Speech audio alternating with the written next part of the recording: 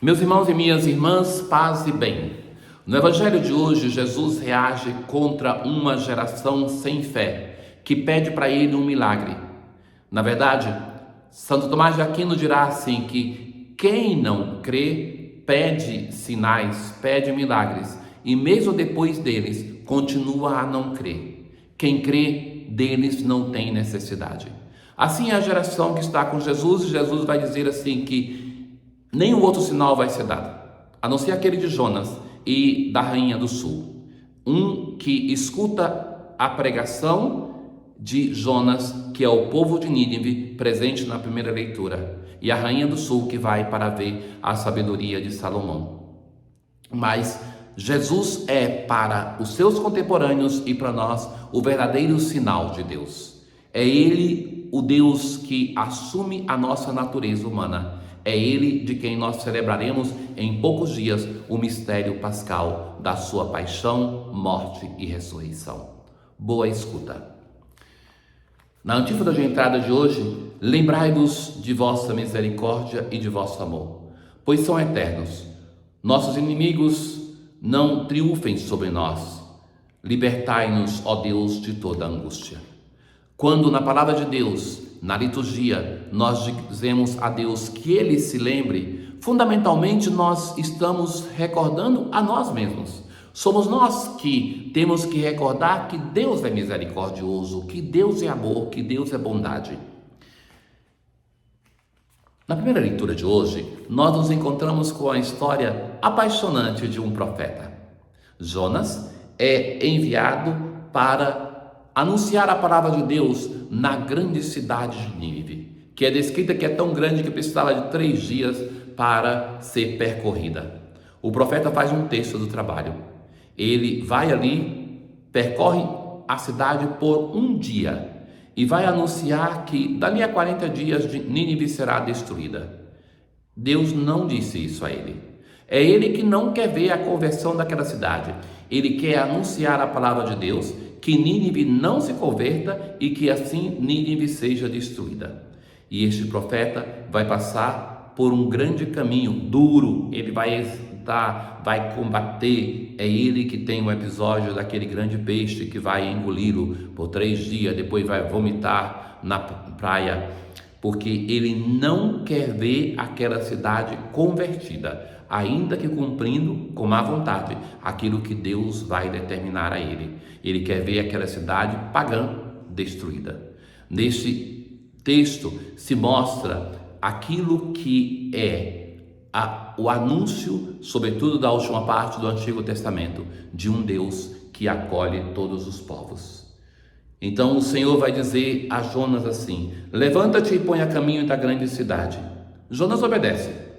E então ali ele vai anunciar: ainda 40 dias e Nínive será destruída. E acontece aquilo que ele não queria tanto. Os ninivitas acreditam, começam a fazer jejum, a vestir-se de saco. Até o rei ouve a pregação e baixa um decreto. Vai chamar todos os homens e animais para fazer jejum, para não beber água, para vestir-se de saco, para rezarem a Deus com força. Cada um deve afastar-se do mal. Deus talvez, vai dizer o rei, volte atrás para perdoar-nos. E de fato, o Senhor compadeceu-se e suspendeu o mal que tinha ameaçado fazê-los. Irmãos caríssimos, este é o nosso Deus misericordioso. Se por um lado nós temos aqui o caminho de conversão que faz este povo, mas sobretudo o livro de Jonas nos fala de uma misericórdia de Deus que se estende a todos os povos. Não é somente o Deus que é o Deus do povo de Israel, mas um Deus que se abre à salvação de todos. O profeta, ainda que tendo uma vocação para a qual ele foi chamado pelo Senhor, ele tem que fazer concomitantemente um caminho de conversão e acreditar em um Deus que chama todos os povos, em um Deus que é misericordioso para com todos. No Salmo responsorial de hoje, é o Salmo 50, que nós já encontramos com ele em diversas vezes, e vamos nos encontrar tantas outras no tempo da Quaresma. A última parte da liturgia de hoje, a terceira estrofe, nós assim rezamos: pois não são de vosso agrado os sacrifícios, e se ofertam holocausto rejeitais.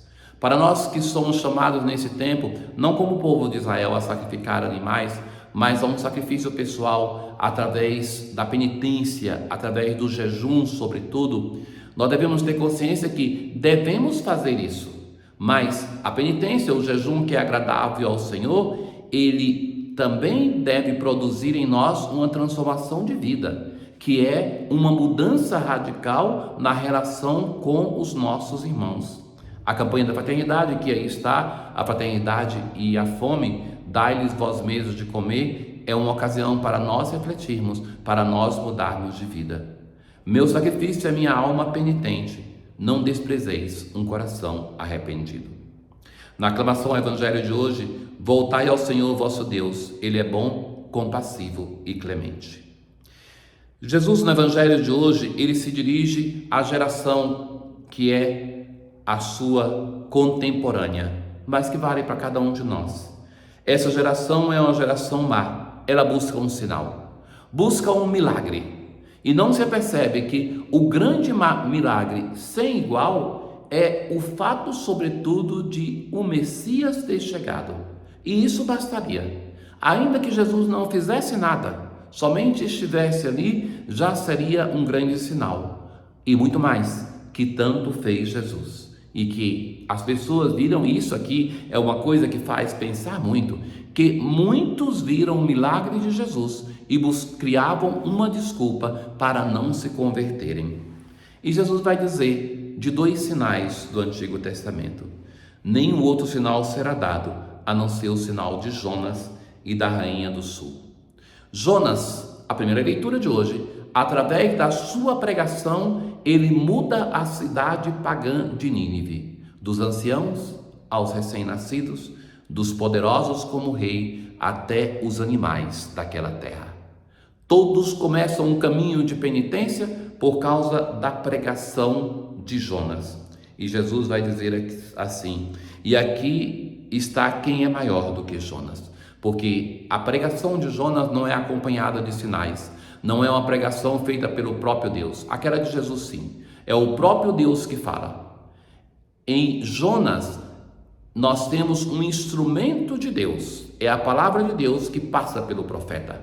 E que Deus respeita a personalidade, o jeito de ser do profeta. Tanto é que ele envia Jonas para cumprir uma missão e Jonas faz como o quer. Ora, no caso de Jesus, é o próprio Deus que fala, e que então ele fala através da sua pessoa, o Verbo encarnado, e fala através de palavras e de gestos. E o outro sinal é aquele da Rainha do Sul. A Rainha de Sabá, ela vem de longe, porque ela ouve falar da sabedoria de Salomão e ela se encanta, e chega até Salomão para apreciar a sua sabedoria. E Jesus vai dizer: e aqui está alguém que é maior do que Salomão. É a sabedoria de Deus encarnada. É aquele que é concebido pela ação do Espírito Santo. E com o Espírito e o Pai tem uma comunhão de ser um só Deus. Maior do que Jonas, maior do que Salomão, Jesus foi rejeitado, e é tal rejeição que vai levá-lo até a morte, e morte de cruz, com a qual ele vai nos salvar. Na oração da coleta de hoje, considerai, ó Deus, com bondade o fervor do vosso povo. Nós temos um fervor para ser considerado? Como estamos vivendo esta Quaresma? O tempo vai passando, estamos no início ainda, mas é momento de nós fazermos a nossa conversão, de nos empenharmos para que esse tempo favorável não seja em vão. E enquanto mortificamos o corpo, sejamos espiritualmente fortalecidos pelos frutos das boas obras. Sempre o tema da penitência, da mortificação, do jejum, da esmola, da oração. Então, que não seja somente palavras, mas que nós vivamos isso hoje. O Senhor esteja convosco, Ele está no meio de nós. Abençoe-vos o Deus Todo-Poderoso, o Pai, o Filho e o Espírito Santo. Paz.